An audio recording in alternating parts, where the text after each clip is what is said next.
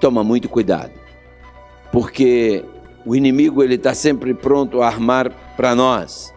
Eu me lembro de uma experiência que um pastor contou, pastor esse que foi meu colega na faculdade, e ele disse que na sua igreja havia um jovem que aparentemente não tinha, pelo menos no julgamento desse pastor, ele disse, aquele moço não tinha muita beleza física aparente, e ele até era um pouco complexado, estava sempre pelos cantos, e de repente esse moço sumiu da igreja, nunca mais veio aos cultos, e um belo dia o pastor soube que ele estava muito enfermo, e o pastor foi fazer a ele uma visita num bairro distante daquela cidade, e ele disse que quando chegou lá, fazia meses que o moço não vinha mais à igreja, e ele quando chegou lá viu aquele moço com um aspecto cadavérico, morrendo em cima da cama.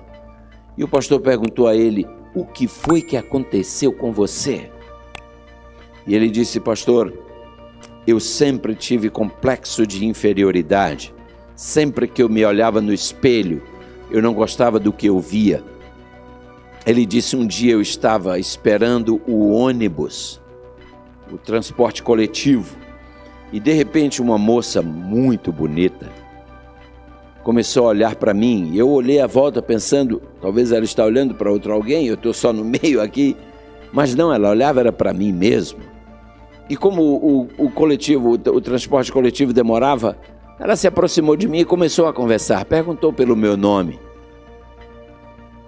E pediu o número do meu telefone, perguntou se eu gostaria de ser amigo dela. E eu, claro, dei a ela o número do meu telefone, peguei o telefone dela, o número do telefone dela.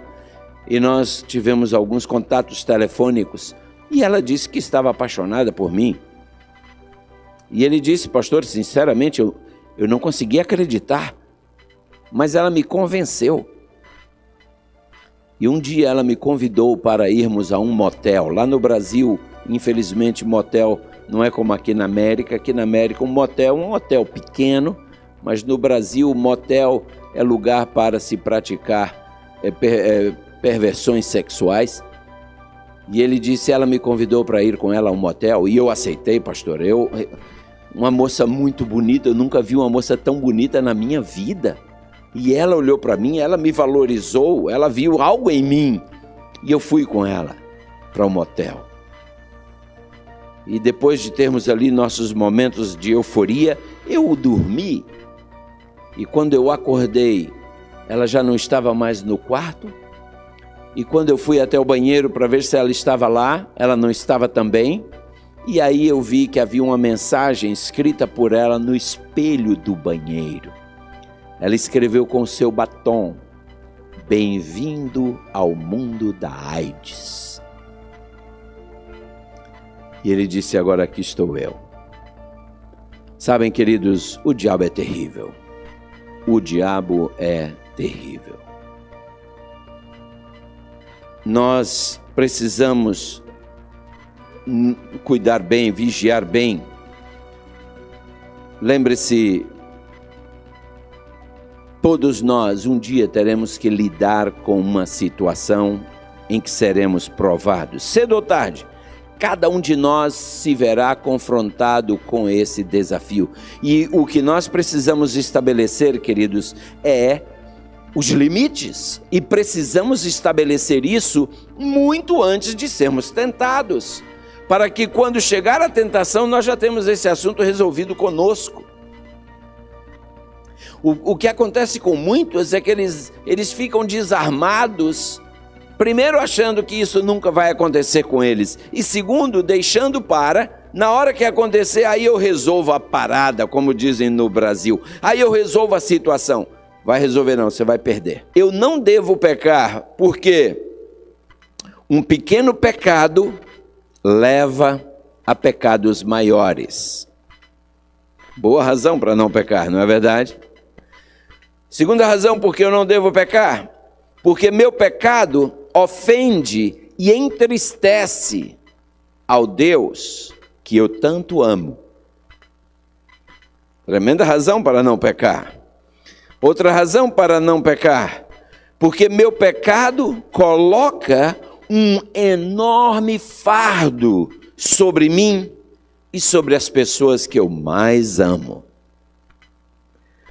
Outra razão para não pecar.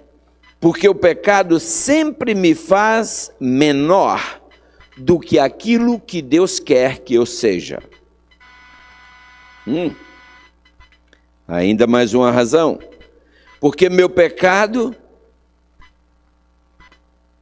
porque outros, incluindo minha família, sofrerão as consequências de meus pecados. Por isso eu não devo pecar. Mais uma razão por que não devo pecar. Porque o pecado faz os inimigos de Deus se regozijarem e zombarem dele. Mais um motivo por que não pecar. Porque o pecado me engana e me leva a crer que ganhei, quando na verdade eu perdi.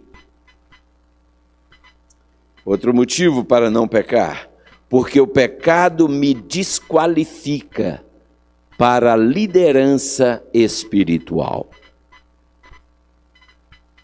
Outra razão para não pecar, porque os supostos benefícios de meu pecado nunca vão superar suas consequências.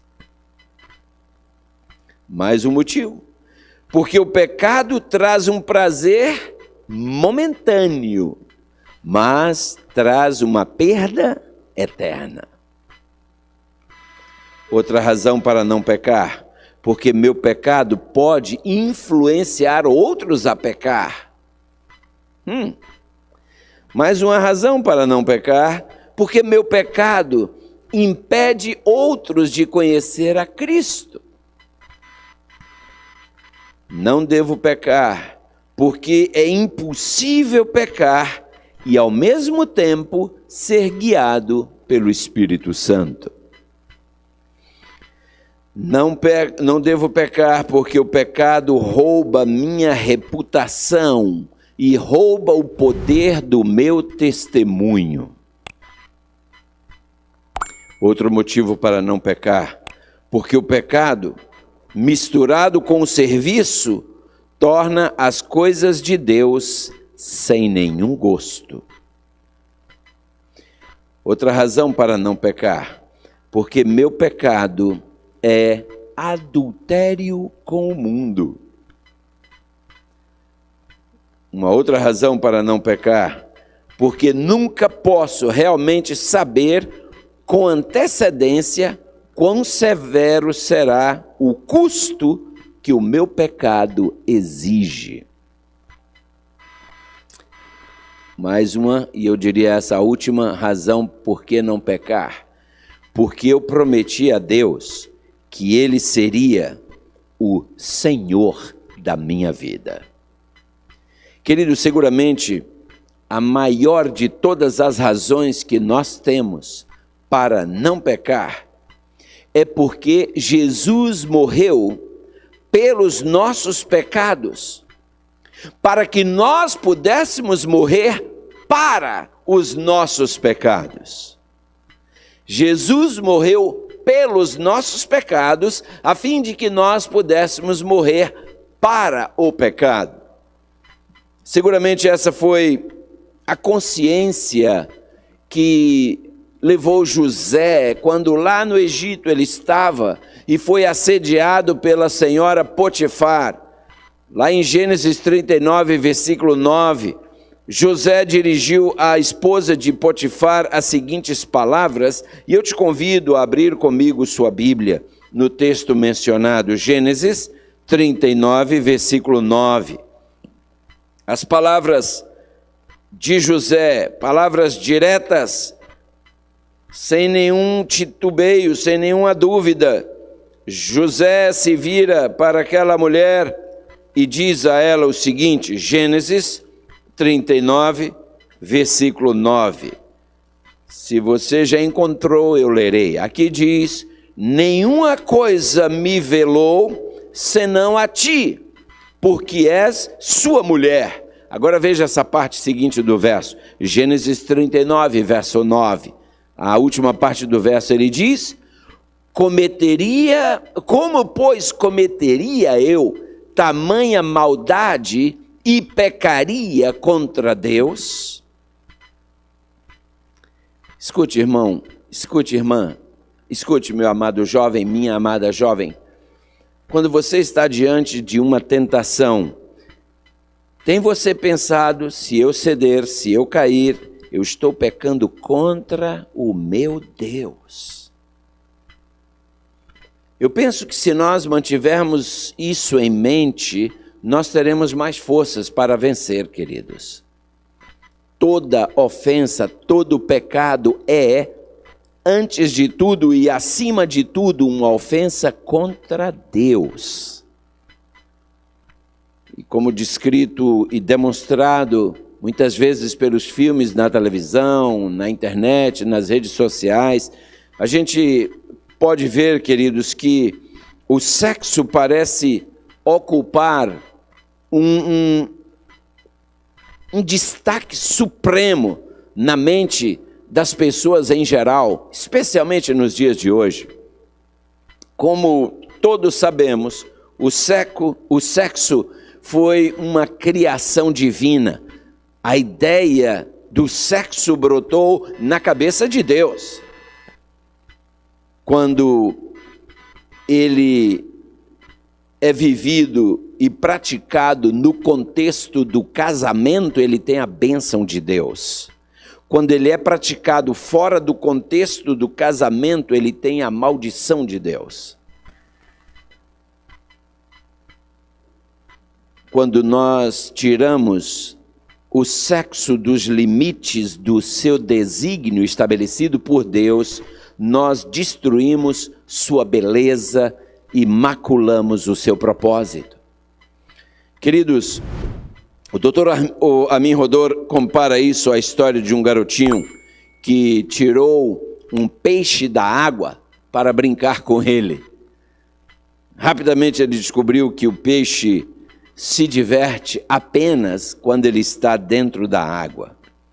E o princípio é verdadeiro também em relação ao sexo.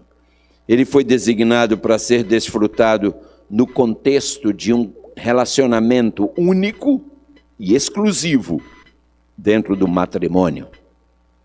Qualquer coisa fora disso, queridos, é uma ofensa contra Deus, é pecado, e nós iremos colher as consequências para o resto da vida.